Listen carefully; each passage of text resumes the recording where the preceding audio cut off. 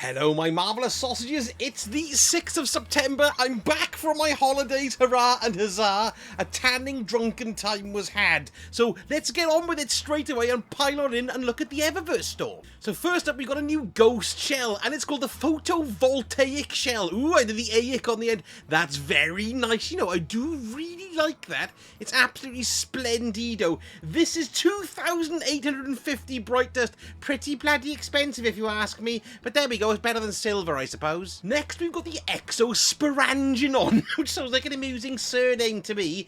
This is 2,000 Bright Dust. Pretty bloody expensive. This is from last season as well, so if you like your egregore splattered all over your ship, then this is the baby for you. Up next, a Transmat effect. Ossified Entrance. This one comes from Season of the Chosen, Season 13. There you go. It's like a big crustacean-y starfish type ring piece. Very nice indeed, sort of. Shaders-wise, we got this one here called the Cursed Azure, 300 Bright Dust. I will pick this baby up myself. A sort of discoloured chrome effect, really, as well. Looks like a pattern on the blue there as well. You can see perhaps on some of the clothier bits, Warlocks might show that aspect of it a little bit better. Nice on guns. Next, we've got one of my favourite exotic emotes of all time. It's called Another. Now, I know he's pouring coffee, but to me it looks like booze. So, yeah, that's brilliant. It's bloody expensive, though. 3,250 Bright Dust, but it is an endless loop on that baby, which is great. I like that, yes. Now, this next emote really bugs me. It's a buzz off emote. It's 700 Bright Dust. There we go. What is that red thing? It's very annoying. Next, we've got a sparrow called the Halcyon Visage. Very sexy, that number. I like the lights on the front as well, yes. That's 2,500 Bright Dust. Here's another corker, and I do like it. This is the Synchrotron Advancer. This is 2,000 Bright Dust. A rather sexy looking number, this as well. Let's have a quick look. It takes some of the new shaders as well. Ooh, nice. Lovely. Yes, I do like the look of that ship. Whoa, that looks good. Now we're on to the exotic ornaments, and this one's for the Hunter. It's for the Shinobu's Vow. You know, the arms is. This is called the Mantle of Remembrance. 1,500 Bright Dust. You can see them both on the screen there. Pretty plain, that one, but there we go. Not too bad, if you like that sort of thing. Next, for the Titans, we've got the 14th Anamnesis. Don't know when to stop saying that. 1,500 Bright Dust again. This is for the Helm of Saint 14. Very sexy indeed. Look at the comparison, yes. A bit more denty and blue. That bog brush has been through the mill, governor. Then for the Warlocks, we've got the Want of Lies and Wishes, which, look at that. It's amazing. It's a mouth of an Ahamkara. Bloody hell. It's absolutely excellent, that one. It just looks a lot like a whale, too. I do like that one. 1,500 Bright Dust. It's for the skull of Dire Ahamkara. Obvs. Weapons ornament-wise, for the Huckleberry, we've got the Snakebite. 1,250 Bright Dust for this baby, and it does look very nice indeed, yes. Nice sort of, well, snake skin look to it, you would say, wouldn't you, really? Hence Snakebite, not the drink. That'll give you a bloody headache. And then finally, we've got the Pegasus Projection. 1,500. Nice for you, like your flying horses. It's not a fedora, though, is it? I love that one. Hello, Banshee. I'm back from my holidays. Let's have a little look at what you've got. Nothing too exciting. We've got the Percy's D Scout Rifle here. Now, I'm using light GG to give you an idea of how popular the rolls are. That doesn't mean it's any good or not, but popularity does indicate something that is pretty good because lots of people like to use it. So this is a C, and we've got opening shot, rapid hit, alloy magazine, flared magwell, small bar, and we've also got its extended barrel as well with the range masterwork. Quite nice, that one. Then we've got the Krite auto rifle. Oh, I always love this auto rifle. This has been given a B. Very good, and we've got Vorpal on it. Stats for all, extended mag, ricochet rounds, hey Rick, corkscrew rifling, and chambered compensator with a handling masterwork.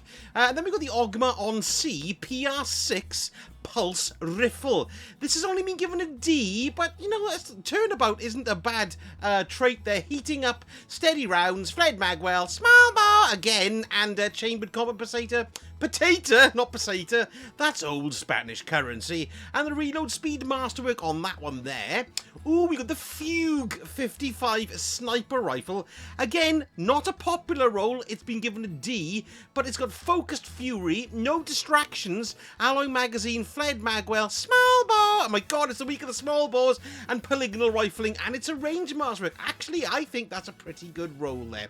And then what do we have here? We got the Typhon GL5. 5, which is a grenade launcher, a new power slot in it, and you've got a one for all, steady hands, proximity grenades, high velocity rounds, Quatermass in the pit, and a volatile lunge, that's puking after you've eaten something, with a velocity masterwork.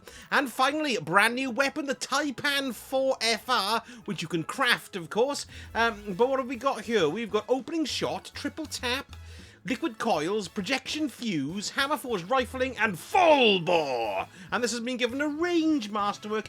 This has been given a C for popularity. But these do fluctuate, these grades, and change depending on how many people buy them. And don't forget as well, these roles will change as of midnight Central Standard Time tomorrow. The roles will update. The weapons will stay the same, but the roles will change. So we'll double check on what they are when I do my Zer video on Friday. Now it's Iron Banana time for the first time this season. Let's go and see what he's got. Now I know what we've got here is 2 new weapons to have a little look at. First of the new one is this one, the Allied Demand Sidearm Adaptive Frame. It's pretty interesting because it can roll with rangefinder, rapid hit, subsistence, air assault, well-rounded or auto-loading holster in the last but one column, and in the final column it can roll with under-over, gunshot straight, iron reach, frenzy, multi-kill clip, and Eye of the Storm as well. Something to farm, I reckon, as well, particularly with the rangefinder. Sounds a bit tasty. And then we've got the Roar of the Bear rocket launcher, high impact frame, nice and meaty. In the last but one column we can go with field prep, ambitious assassin, snapshot shite, demolitionist, tracking module or impulse amplifier. That's nice. And the final column we got Vorpal weapon, auto-loading holster, cluster bomb, lasting impression, chain reaction, and incandescent as well. Ooh, fantastic. That's going to be worth having a bit of a muck about with. Now we've got a brand new game mode for Iron Banner this season. It's called Eruption. It's a version of Clash where you just got to get more points than your other gits who are trying to kill you. You gain more points and a boost of energy at each final blow, and while on a streak of 2 or more. Now a streak is broken into 2 tiers called Surging and Primed, and they award you increasingly more points and energy at each final blow. But it says once you become primed, you need to keep quickly defeating your opponents or you will erupt in a huge sputum of spute. There's also a version of the hunt, you know, remember in the old one where you capture all the zones and the hunt is on, he would say. Well, basically, if one of your team gets a streak of 5 or more, then the hunt begins. The whole team gets a boost of energy, but it ends when your team has no more players who are primed. Yes. And a couple of quick tips if you do want to play, make sure you stick on your Iron Banana armor, not banana armor, banana armor, and also your Iron Banana emblem, bloody hell. Basically, that'll increase the amount of experience points you get from each match. So the more armor on, the better. And if you're wondering where all the weekly challenges are, when you hover over the Iron Banner icon, it gives you there, look, weekly 1 of 4, complete Iron Banner matches at either Arc or Stasis subclass, and you can keep track of your progress through here. And moving on to the weekly malarkeys, in the Vanguard's playlist, we've got an Arc Singe going on there, and a Stasis Singe as well. Ooh, that's interesting, doubling up. The Nightfall this week is the Fallen Saber, haven't had that one in a little while. And the weapon is the duty-bound auto rifle, sexy. The rotator in the Crucible is momentum control, and it's extra Crucible points as well this week. Other pinnacle gear you can get is the Prophecy Dungeon this week, and of course the new King's Fall raid, well, the new old. And let's have a look at the new seasonal challenges. Of course, we've got Antiquarian 3, which is killing Cabal, and once you get the relic as well,